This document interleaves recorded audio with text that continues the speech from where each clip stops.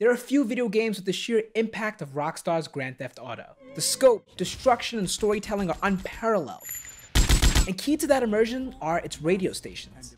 You thought that man was the Don? Fever. But he gave you the fever. Fever 105. All right, Liberty City, this is your talk radio show Chatterbox, where your opinion matters. Classic rock the way it was meant to be enjoyed. On Dust. Whether in a helicopter above Vice City or crossing the Eastboro Bridge in Liberty City, there are dozens of stations to listen to along the way.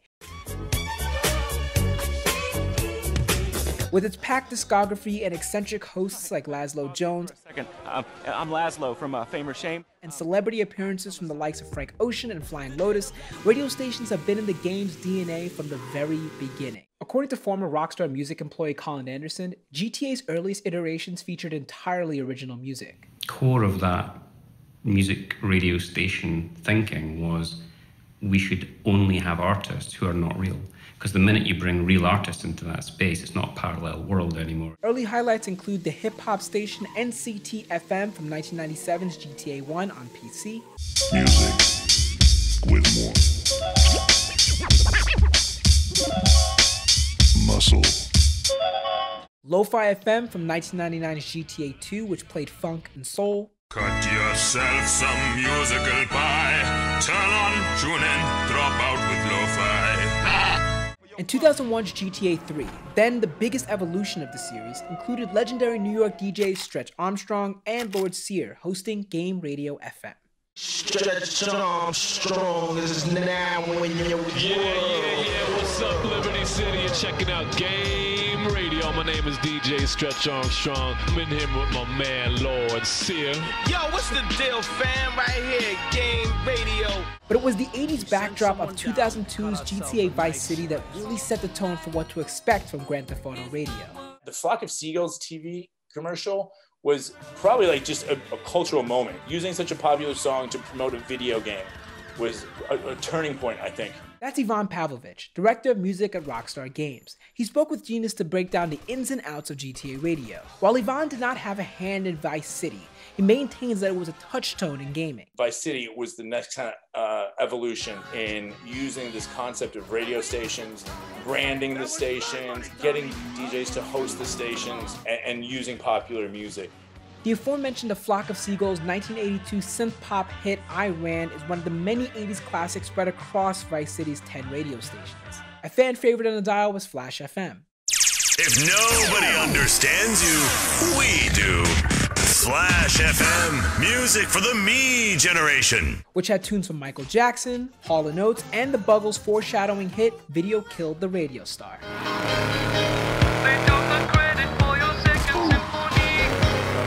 And Wild Style, hosted by the late Bronx DJ, Mr. Magic.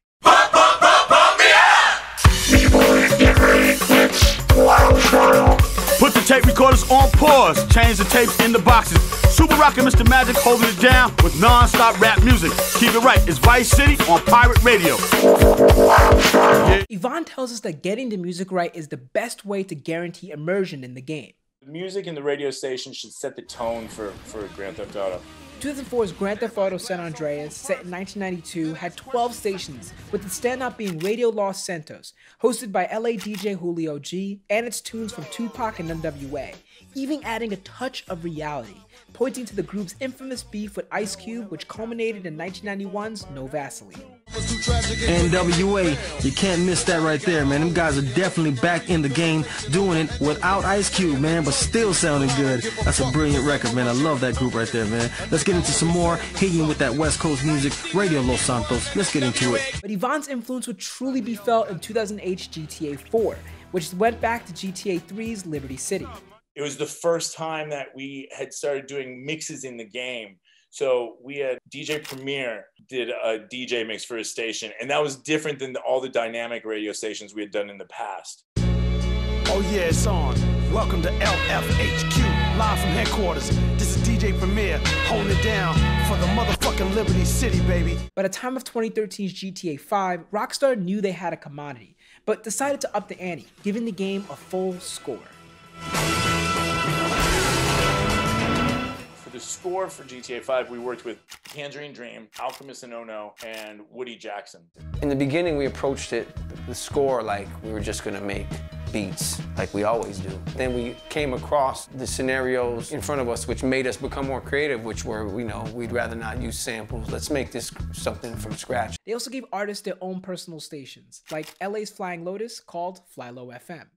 Yo, you tuned in to Fly Low FM. We're coming to you live and direct from the lab. We send our pirate signal straight out to you, the beautiful listeners out there, man. From the underground to the mothership, we bless that ass with cosmic energy, baby. Even his VO is incredible. He's played Grand Theft Auto since he was a kid, so like he grew up on it, and I think that he has just such a good feel for it. Original music was created, but not by Rockstar employees. This time by A$AP Rocky, Tyler the Creator, and many others gave fresh tracks to the game. Open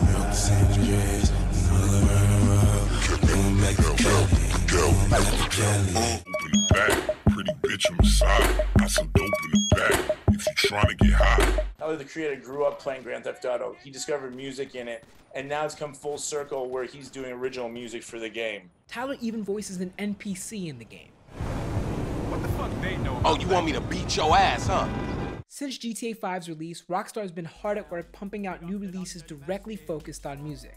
In 2019, they tapped Danny Brown and Skepta to host iFruit Radio. Giving you the heat from the streets of London. It's Danny Brown and Skepta. Can we just talk about the healing powers of psychedelics? Skep, I know you can speak to this. Hey man, my last album, I produced the whole thing tripping. And in December 2020 with the Cayo Perico heist that featured more than 200 new songs, new radio stations, and even an appearance from Dr. Dre, Jimmy Iovine, and DJ Pooh. Oh, come on, Dre, who the fuck are these people? Don't worry about it, calm down. Okay, but I hope you brought the music. Tell me you brought the music. Look, the music is in my phone, in my car, at your house. Somebody's slipping. Grand Theft Auto guarantees immersive anarchy unlike many other games, and its radio stations are the perfect soundtrack to go with all that chaos. I'm Jacques Morel with Genius News, bringing you the meaning and the knowledge behind the music. From home, peace.